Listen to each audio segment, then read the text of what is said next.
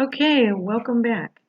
So, as we finished up our last our last topic on the previous video, we were talking about acquired immunodeficiency syndrome, also known as AIDS. Again, this is what happens when the HIV virus has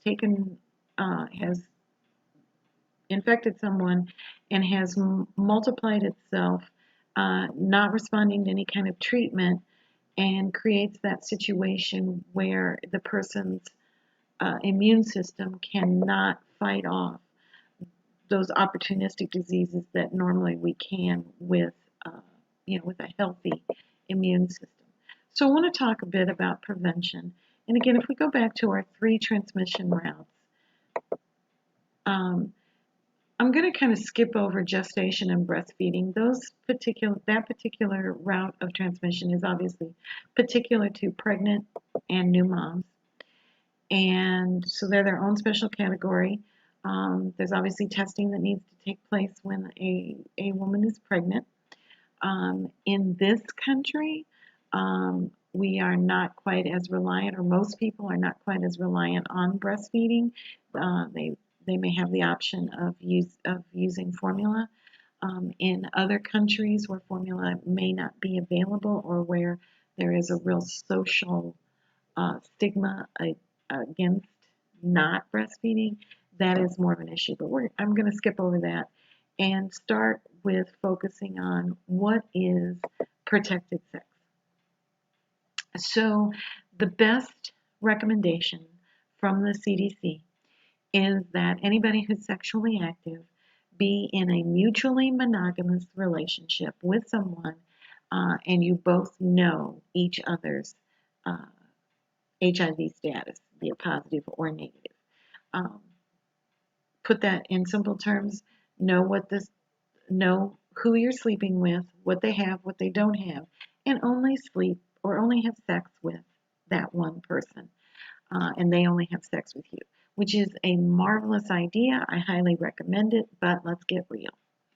Um, that doesn't always happen. So the second best recommendation is that when you have sex, you use a latex condom,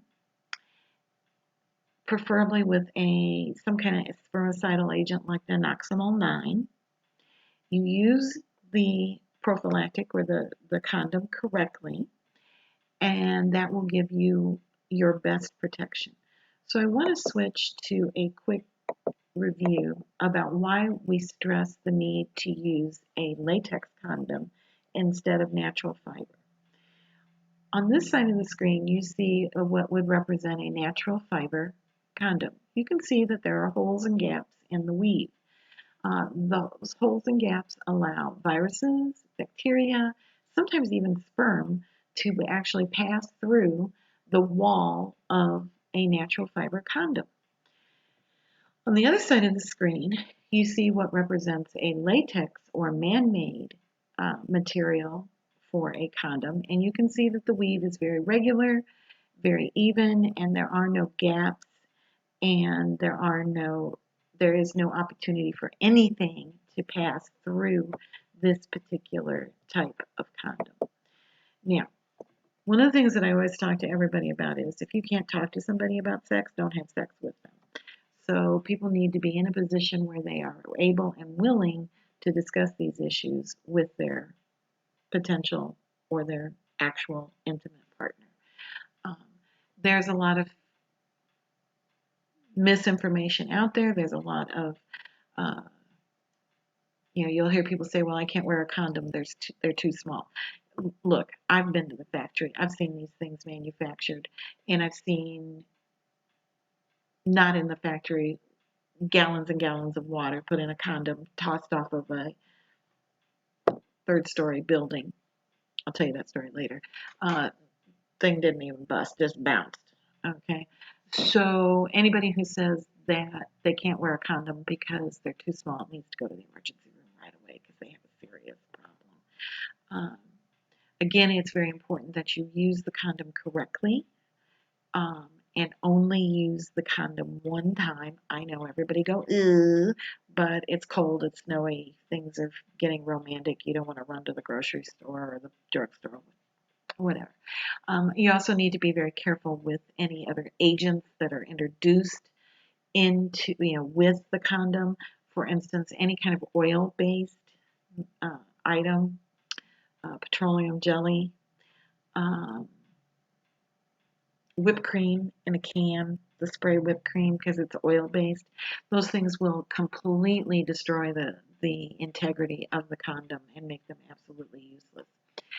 So again, it's a relatively easy, inexpensive way to not only prevent pregnancy fairly well, but also protect your health. Once again, I'm going to stop the video, and I'll see you for video number 3 in just a minute.